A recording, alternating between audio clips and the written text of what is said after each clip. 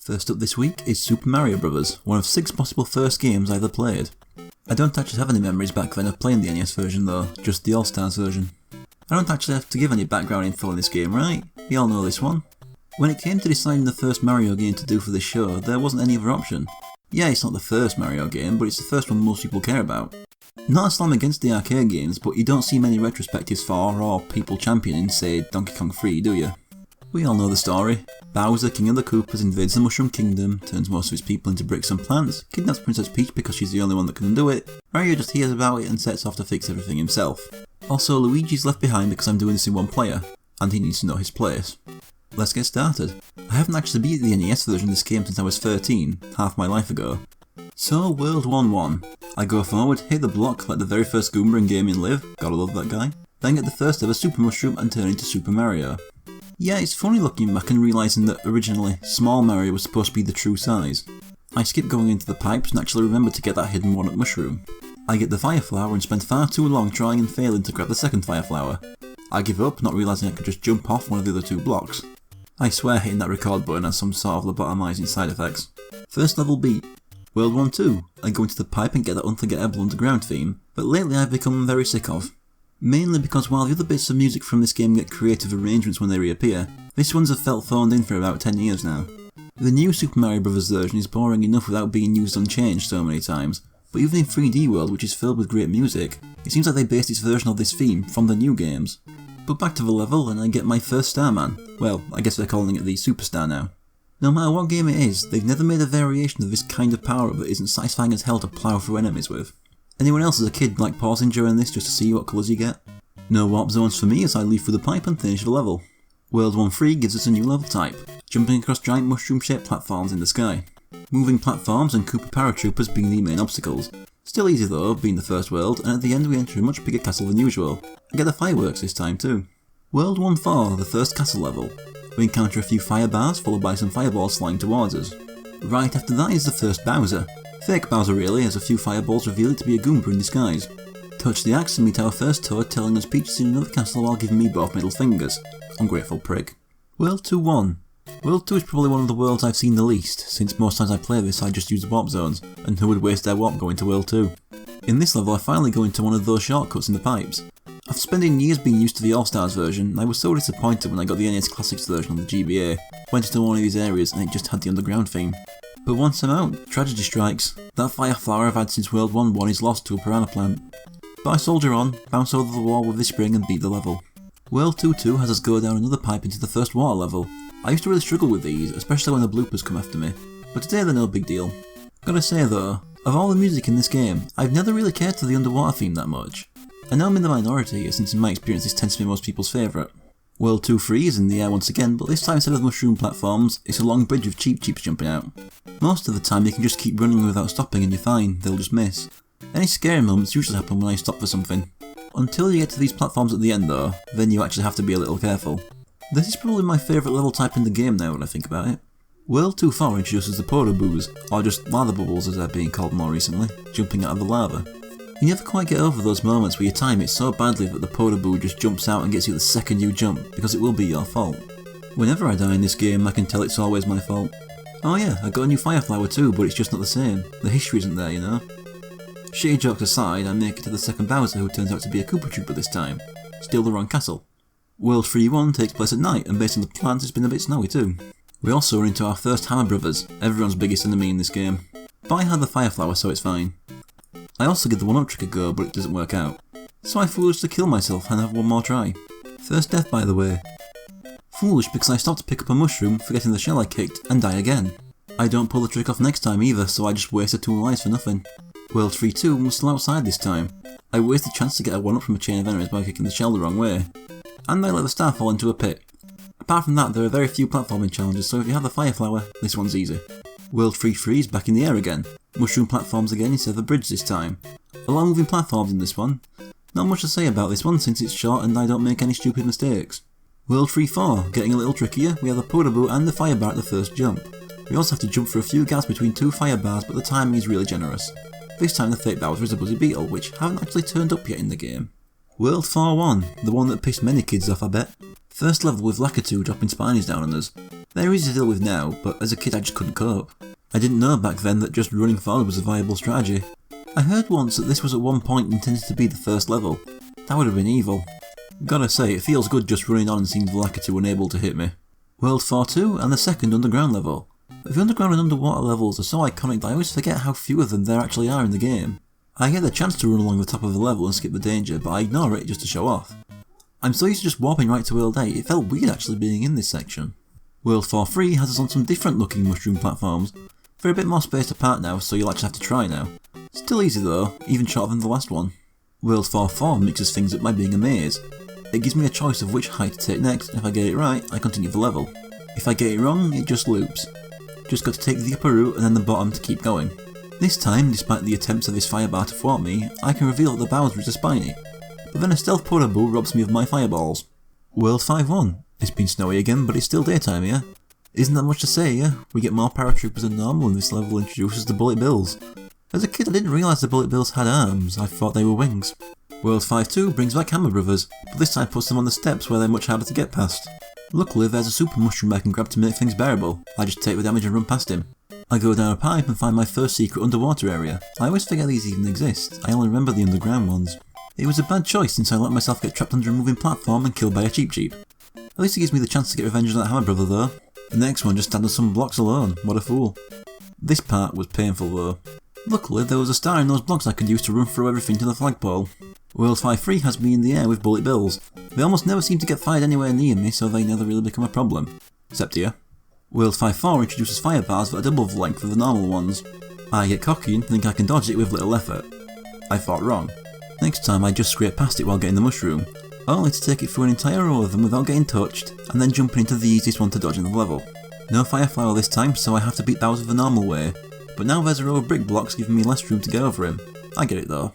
World 6-1 and it's nighttime again. No snow though. Also Lakitu is back.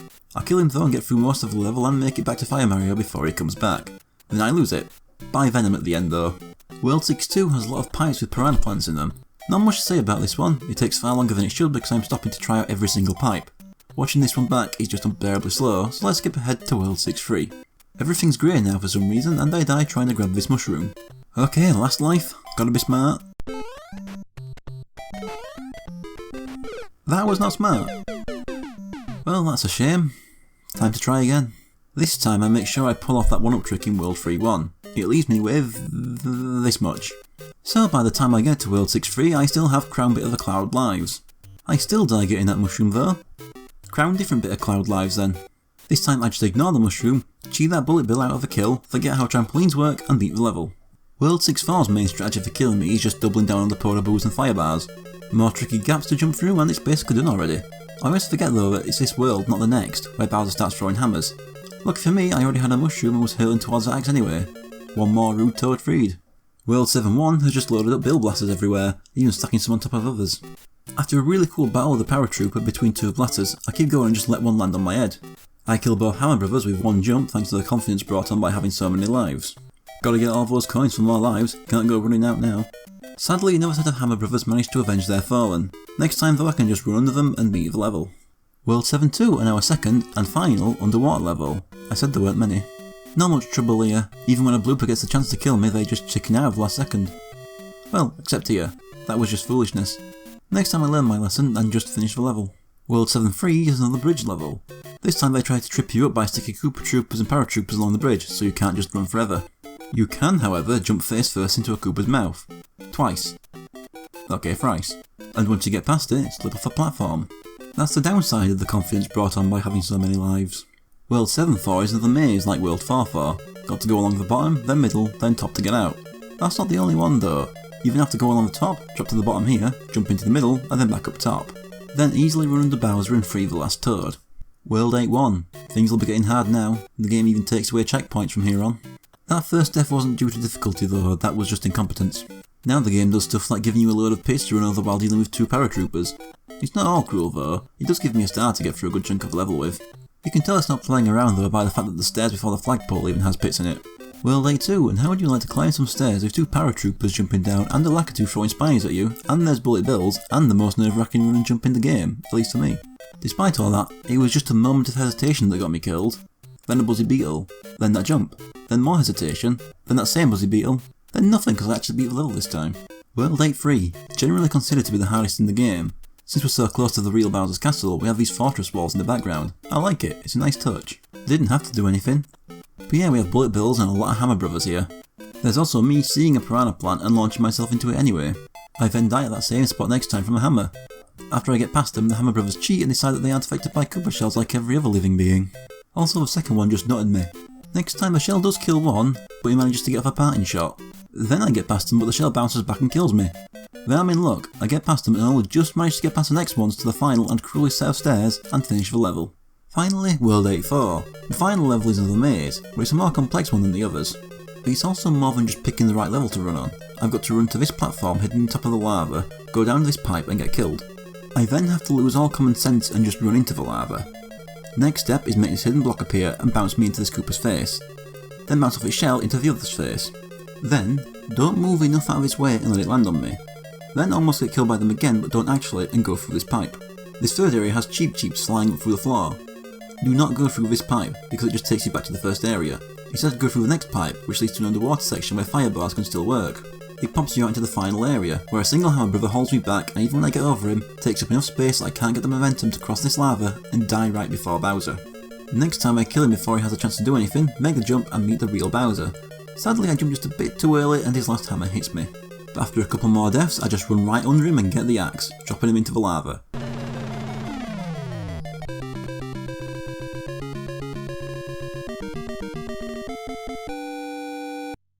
I finally meet the princess, or what looks to be a melted wax statue of the princess, who thanks me and gives me a second quest. After pressing B, I'm taken back to the title screen where I can press B to cycle between which world I'd like to start on.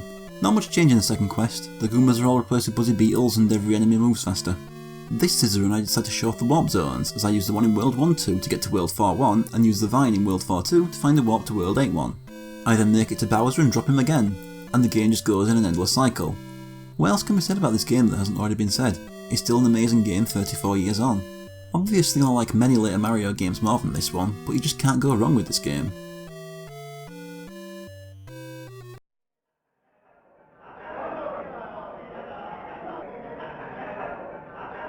That's not all for this game though, because I also played the Super Mario All-Stars version of this game.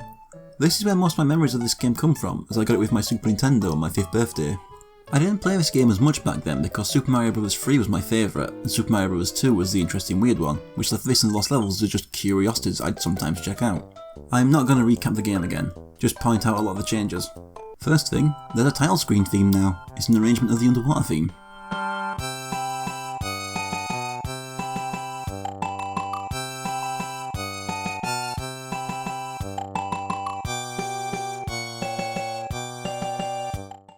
We also start with 5 lives instead of 3, and every level has a little preview picture. Obviously being remade for the Super Nintendo, the graphics and music have had an upgrade. Music especially. This version of the ground theme might be my favourite still. Either that or the Super Mario Sunshine version. There's also more new music made just to this version. The Hidden Underground areas had their own bonus theme, and I love it, it's just so happy sounding.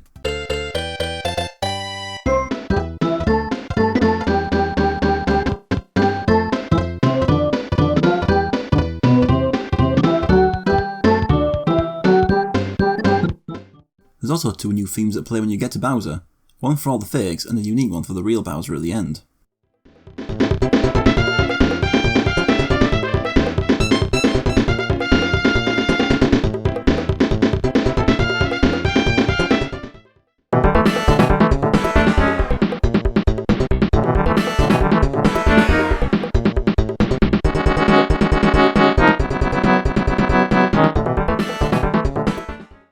I also like the new backgrounds they made for the levels, rather than just having one colour as the background. Like cave walls in the underground levels, waterfalls in the sky-based levels, animated lava and portraits in the castles. They've even made a couple different backgrounds for the daytime ground levels. There's the big Goomba towers in the back of the bridge levels, but my favourite has to go to World 3. I always used to use the warp zone to get here, because I just adored the look of it. The snow and the night sky with all the stars. I love it. I also really like the colours of Fire Mario. The cream I've always felt looks much better than the pure white. Also Bowser is more animated and even reacts to getting hit by fireballs. Another touch I love is the Toads. They all get their own special animation each world. Each world also has you saving one more Toad.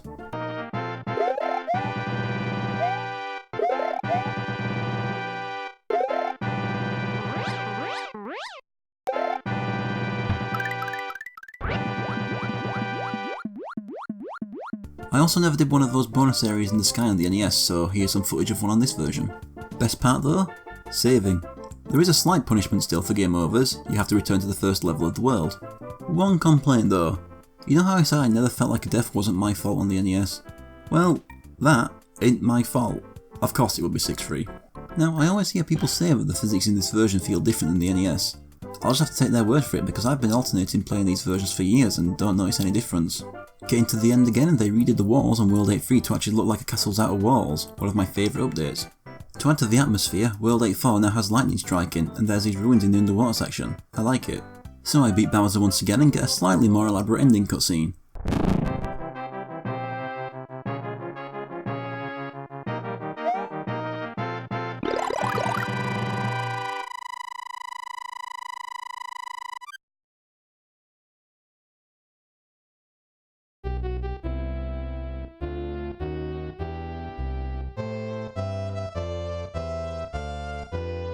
I'll not be adding All-Stars to the Conquered count until I've done all 4 remakes on it. And that's the All-Stars version of Super Mario Bros. It takes an already great game and just makes it look and sound even better. There are other versions of this game I intend to play, I just don't have them right now. You ever just think of the random game and count in your head how many different versions you own? With this game it's just a humble 5. And I've rambled so much I don't have any closing words left. They should permanently swap out Fire Mario's white for cream. There.